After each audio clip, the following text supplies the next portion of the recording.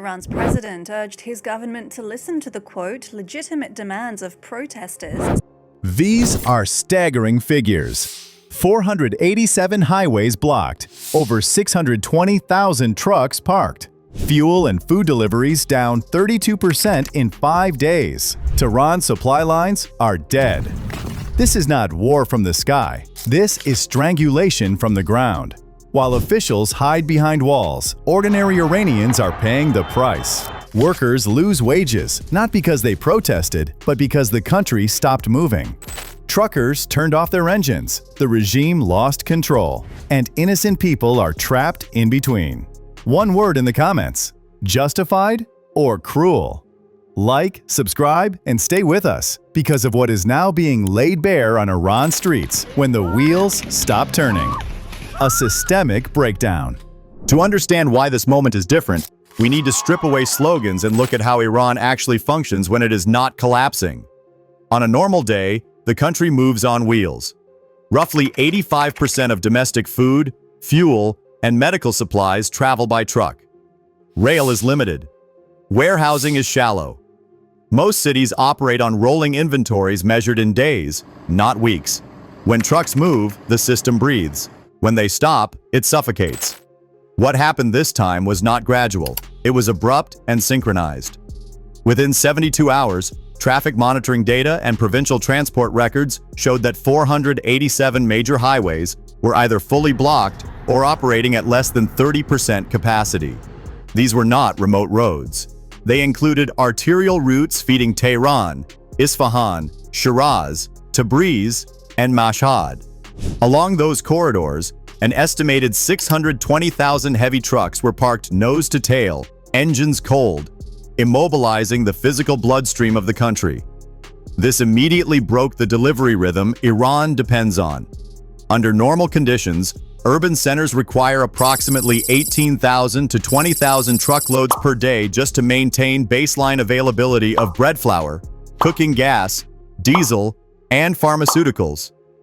By day 5, internal distribution logs showed that volume had dropped by 32%, and in some provinces by more than 40%.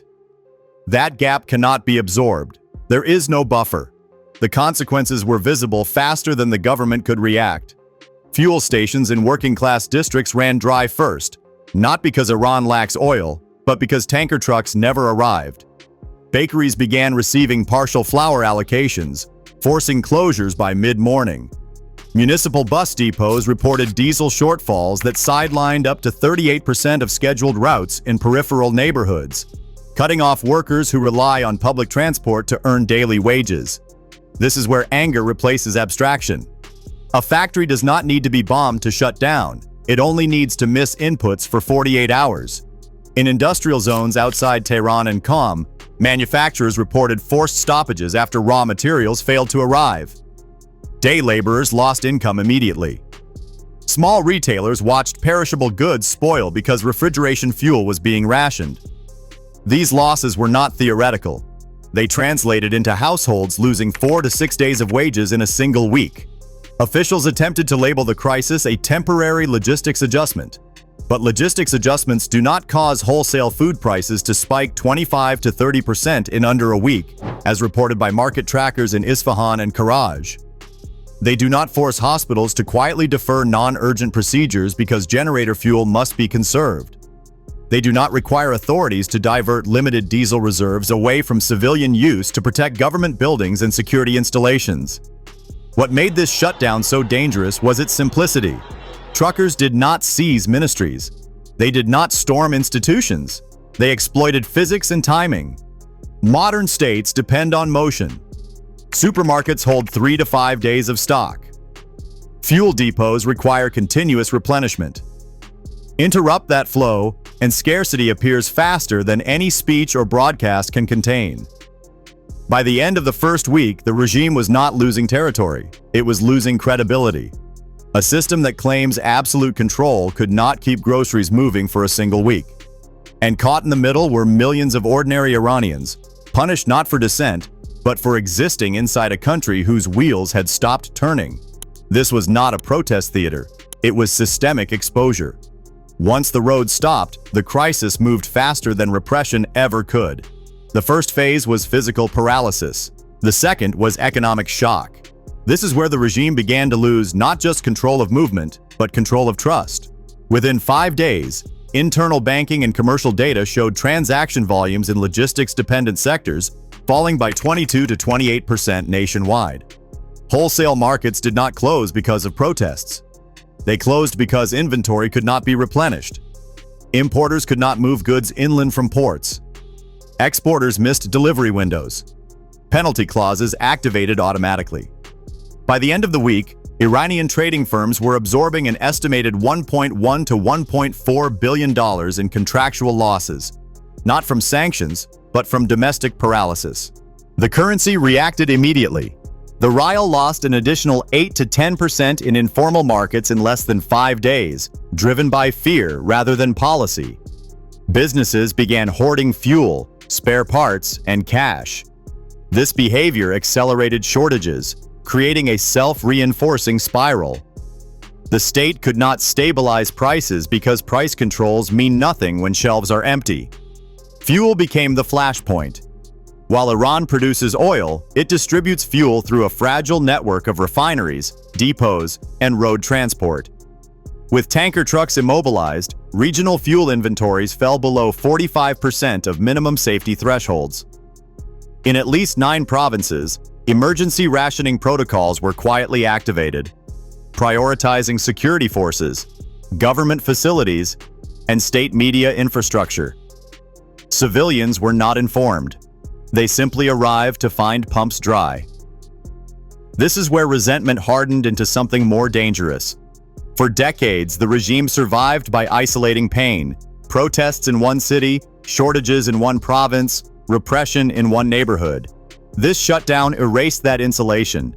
Shortages appeared simultaneously across urban and provincial Iran. When Tehran felt it, so did Yazd. When Isfahan stalled, so did Mashhad. The crisis was national, synchronized, and impossible to blame on foreign agitation alone. Labor felt it next.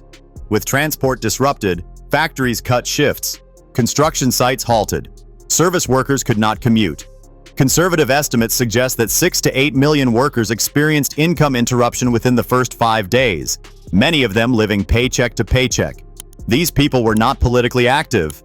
They were economically cornered. The regime attempted countermeasures. Security convoys escorted limited fuel shipments. Military trucks were redirected to move basic goods. It failed. Military logistics are designed to supply battalions, not populations. Feeding 88 million people requires civilian infrastructure, not armored vehicles. The math does not work. Worse, repression backfired. Arrests of individual truckers did nothing to restore flow. Confiscating vehicles only removed future capacity. Threats increased solidarity rather than fear. When one driver was detained, 10 more parked their trucks in response. This was not centralized resistance. It was distributed refusal, the most difficult form of control to crush. By the second week, even regime-aligned economists began warning internally that sustained road paralysis would shave 1.5 to 2 percentage points off quarterly GDP if unresolved. That is not a protest cost. That is structural damage. Insurance premiums rose, credit froze, planning stopped. But the most dangerous shift was psychological. The social contract, obedience in exchange for basic stability, was visibly broken. People were not asking about ideology anymore. They were asking why bread was missing, why buses stopped, why fuel was gone. When a state cannot answer those questions, authority fractures from the inside. This was no longer a logistics crisis. It was a legitimacy crisis, measured not in slogans but in empty tanks and silent roads. By the time the regime understood the scale of what was happening, the damage was already irreversible. Not because trucks were still parked, but because authority itself had stalled. In authoritarian systems, control depends on predictability. Orders move down, compliance moves up. But logistics shutdowns destroy that rhythm. When goods stop moving, information stops being trusted. And when trust collapses, fear spreads horizontally, not vertically. Internal security reports indicated that enforcement capacity was thinning. Fuel allocations to police and internal security units were cut by an estimated 15 to 20%, as reserves were redirected to protect government centers, broadcast facilities, and elite districts. Patrol frequency dropped. Response times lengthened. In some provincial cities, police units were instructed to avoid escalation simply because they could not guarantee mobility if unrest spread. This is the quiet moment when regimes become fragile. At the same time, black markets surged. Diesel prices and informal roadside sales doubled in less than 72 hours, reaching levels 2.3 times higher than state-controlled rates. Food staples followed. Rice, cooking oil, and poultry jumped 18 to 35% depending on region. These were not speculative spikes. They were survival prices, what people paid when official channels vanished. The irony is brutal. The state tried to preserve control by prioritizing itself, but every act of prioritization exposed abandonment. When civilians saw fuel trucks guarded by armed escorts heading toward ministries while neighborhoods went dark, the message was unmistakable. You are expendable. This is where systems begin consuming their own foundations. Local officials started improvising. Some negotiated quietly with truckers. Others begged refinery managers for emergency shipments. A few attempted ration cards without central approval. None of it worked because fragmentation had already set in. Once regional authorities stop coordinating and start competing, collapse accelerates. And beneath all of this sat a deeper problem the regime could not solve. Time. Truck engines can restart, but trust does not. Even if deliveries resume, behavior has changed. Merchants hoard, families stockpile, workers withdraw. Every restart is slower, more expensive, and less efficient than before. Economists refer to this as hysteresis, damage that persists after the original shock ends. Estimates circulating among financial planners suggested that even a partial recovery would require 4 to 6 weeks to normalize basic supply flows, assuming no renewed disruption. That assumption no longer exists. Once people learn how fragile the system is, they behave accordingly. The regime also faces a strategic trap. Concessions signal weakness. Repression deepens resistance. Force cannot drive trucks. Fear cannot refine fuel. And propaganda cannot replace bread. What began as a labor shutdown evolved into something far more dangerous. Proof of concept. Millions now know that the system can be stopped without slogans, leaders, or violence. All it takes is non-cooperation at scale. That knowledge does not disappear. History shows that states rarely fall when protests begin. They fall when logistics fail repeatedly and authority responds too slowly, too selectively, and too selfishly. Roads are not just infrastructure, they are arteries. And when arteries clog, the body does not argue, it shuts down. Iran is not collapsing today, but it has crossed a threshold. From this point forward, every crisis will escalate faster, every disruption will cut deeper, and every ordinary citizen forced to choose between obedience and survival will remember this moment, when the wheels stopped and the system had no answer. That is how control dies. Not loudly, but all at once. This is what happens when power forgets the people it depends on. No bombs, no invasions. Just engines switched off and a system exposed. When roads close, authority doesn't slow. It fractures. When food and fuel stop moving, loyalty follows. What we are witnessing is not chaos caused by protest, but a crisis created by neglect, fear, and decades of centralized control hollowing itself out.